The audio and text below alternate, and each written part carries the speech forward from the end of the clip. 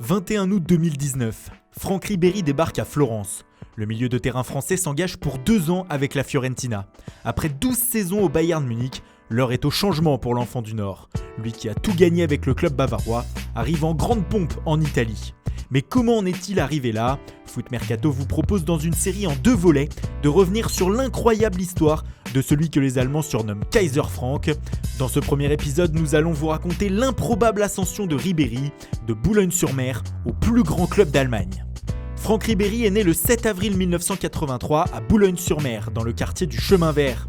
Sa mère, Marie-Pierre, est femme de ménage, alors que son père, François, est ouvrier dans le bâtiment. Le petit Franck grandit donc dans un milieu modeste et s'intéresse très vite au foot.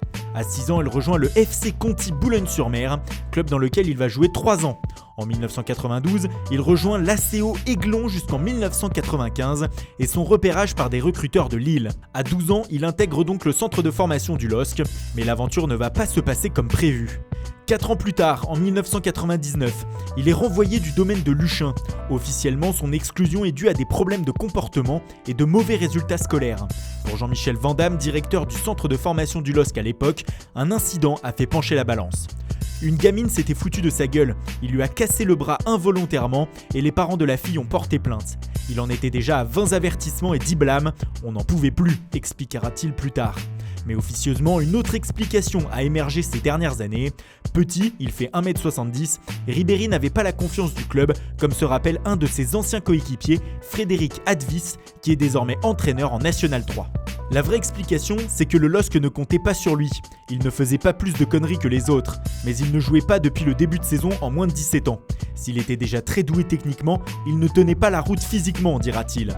Ribéry plie donc bagage sous les yeux de sa mère, furieuse, qui lance aux dirigeants du LOSC en forme de prémonition « Vous le regretterez ». Retour donc à Boulogne-sur-Mer pour le jeune Franck, alors âgé de 16 ans.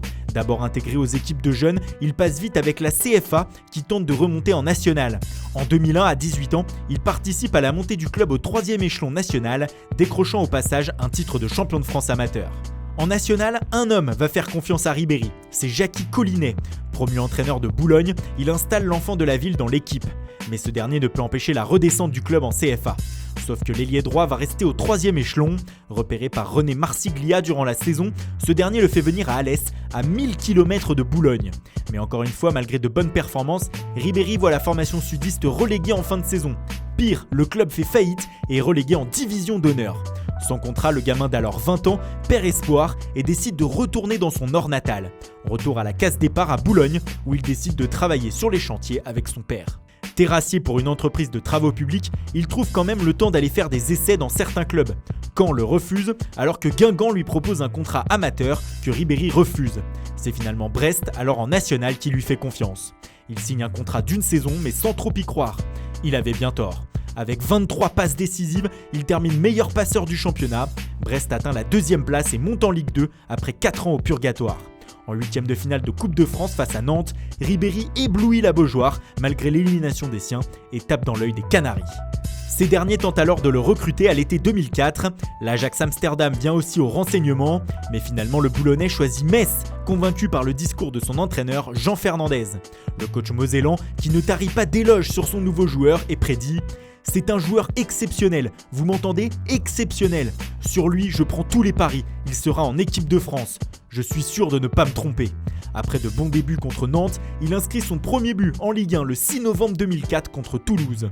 Ces très bonnes prestations tapent dans l'œil du sélectionneur de l'équipe de France Espoir de l'époque, René Girard, qui l'appelle pour la campagne de qualification à l'Euro 2005 de la catégorie. Ribéry passe alors un cap en seulement quelques mois, de quoi attirer les recruteurs au mercato d'hiver 2005. En janvier, il rejoint en toute fin de marché des transferts et à la surprise générale, Galatasaray pour 1,5 million d'euros, au plus grand regret de Jean Fernandez et du principal intéressé, visiblement, 6 mois seulement après avoir atterri en Lorraine. J'avais fait 5 bons mois à Metz, explique-t-il. Ça s'est super bien passé. Après un match, je suis sorti en boîte avec des copains. Ça ne s'est pas très bien passé. Le président Carlo Molinari s'est un peu servi de ça alors que je devais prolonger normalement. J'ai pris la décision de partir. Pourquoi la Turquie et Galatasaray ? Je ne sais pas. En Turquie, Ribéry devient très vite le chouchou des supporters qui adorent sa vitesse et son sens du sacrifice sur le terrain. Ces derniers le surnomment d'ailleurs Ferrari Ribéry ou Scarface en référence au célèbre personnage et à son visage marqué.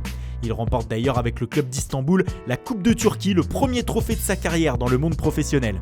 Pourtant, tout n'est pas rose pour le natif de Boulogne sur les bords du Bosphore. Les retards de paiement de salaire se sont accumulés lors des derniers mois, alors Ribéry demande une rupture de contrat afin de retourner en France. Il l'obtient et en juin, il s'engage pour 4 ans avec l'Olympique de Marseille qui le suivait déjà depuis son passage à Metz. Et la première saison de celui qui retrouve Jean Fernandez sur le banc marseillais est exceptionnelle. Ribéry ouvre son compteur but dès le 18 septembre contre 3. Au total, il en inscrira 12, mais surtout son niveau de jeu atteint des sommets. Les caméras sont braquées sur lui et la Ribéry Mania est en marche. Résultat, il est désigné meilleur espoir de Ligue 1 en fin de saison, mais surtout, il est retenu par Raymond Domenech pour disputer le Mondial 2006 en Allemagne. En 3 ans, le gamin de Boulogne est passé du national à une finale de Coupe du Monde contre l'Italie. Auréolé d'un statut de vice-champion du monde, Francky, comme il est désormais surnommé, revient à l'OM avec une idée en tête. Afin de poursuivre sa progression, il veut quitter la Canebière à l'été 2006. L'Olympique lyonnais propose alors 22 millions d'euros pour lui, mais le président marseillais de l'époque, Pape Diouf, refuse de céder son prodige. Finalement, Ribéry revient sur ses propos et reste à Marseille.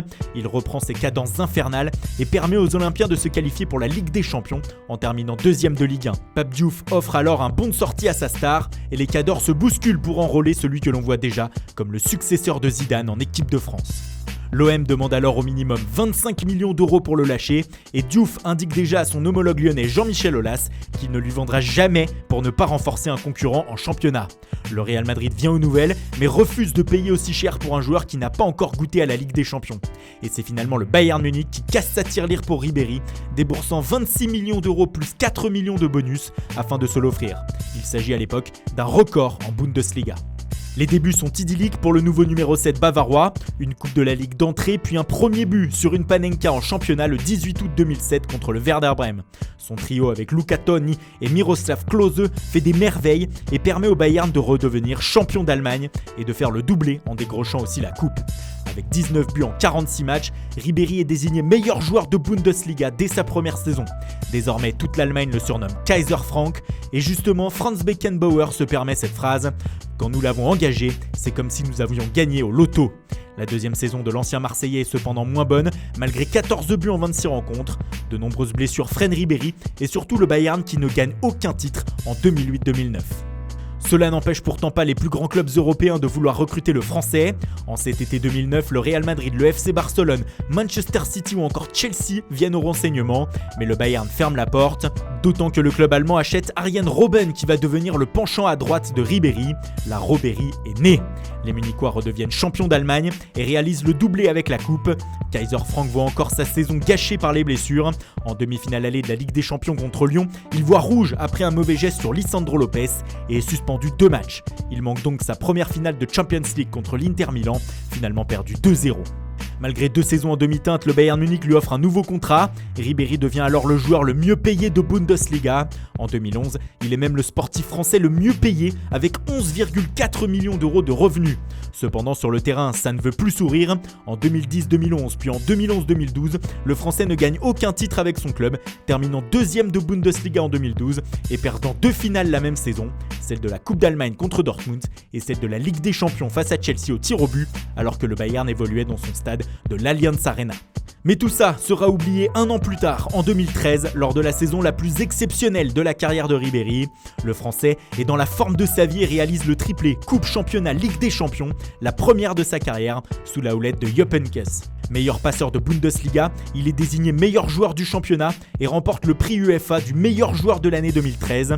Il enchaîne ensuite en fin d'année avec la Super Coupe d'Europe et la Coupe du Monde des clubs, dont il est désigné meilleur joueur avec Pep Guardiola aux manettes. Un palmarès et un niveau de jeu qui le pose en candidat au Ballon d'Or 2013, mais le jury en décide autrement et le classe finalement 3e derrière Cristiano Ronaldo et Messi. Un tournant dans la carrière de Ribéry qui ne surmontera jamais la déception. Ses 3 saisons suivantes sont gâchées par les blessures malgré 3 Bundesliga remportées et 2 coupes nationales. Le 6 décembre 2014, il dispute contre Leverkusen son 186e match de Bundesliga et devient le Français le plus capé de l'histoire du championnat allemand. Un jour mémorable pour Kaiser Frank qui marque même son 100e but avec le Bayern. À la fin de la saison 2015-2016, Pep Guardiola quitte ses fonctions. L'Espagnol n'a pas toujours entretenu de bonnes relations avec le Français, mais avouera tout de même « Je n'ai jamais vu un joueur de ce niveau avec un tel personnage. Comment il se bat pour son équipe. Ce fut un honneur pour moi d'être son entraîneur. Arrive alors Carlo Ancelotti, avec qui Ribéry remporte le 27e titre de champion de l'histoire du Bayern. Viré la saison d'après en cours d'exercice, le natif de Boulogne retrouve Jupp Heynckes qui gagne lui aussi une nouvelle Bundesliga. L'année 2018-2019 marque la fin de l'aventure à Munich pour le joueur de désormais 36 ans. Le 5 mai dernier, la légende du club annonce son futur départ après 12 ans de bons et très loyaux services. Son compère Arjen Robben en fait de même. Pour son dernier match en Bavière contre Francfort, Kaiser Frank marque et remporte le 9e titre de champion d'Allemagne de sa carrière, un record outre-Rhin. Les larmes coulent sur le visage du Français pendant que l'Allianz Arena lui rend un hommage appuyé. Le 21 août 2019, Ribéry s'engage avec la Fiorentina. Alors que certains le croient fini, l'ancien Marseillais prouve à tout le monde que l'envie et les qualités sont toujours là. Il réalise des débuts tonitruants et est même désigné joueur du mois de septembre en Serie A. Cependant, il s'est aussi fait remarquer fin octobre en bousculant un arbitre à la fin d'une rencontre contre la Lazio. Résultat, 3 matchs de suspension et un manque criant pour son équipe en championnat. Mais Ribéry reste au sommet et ne compte pas s'arrêter tout de suite.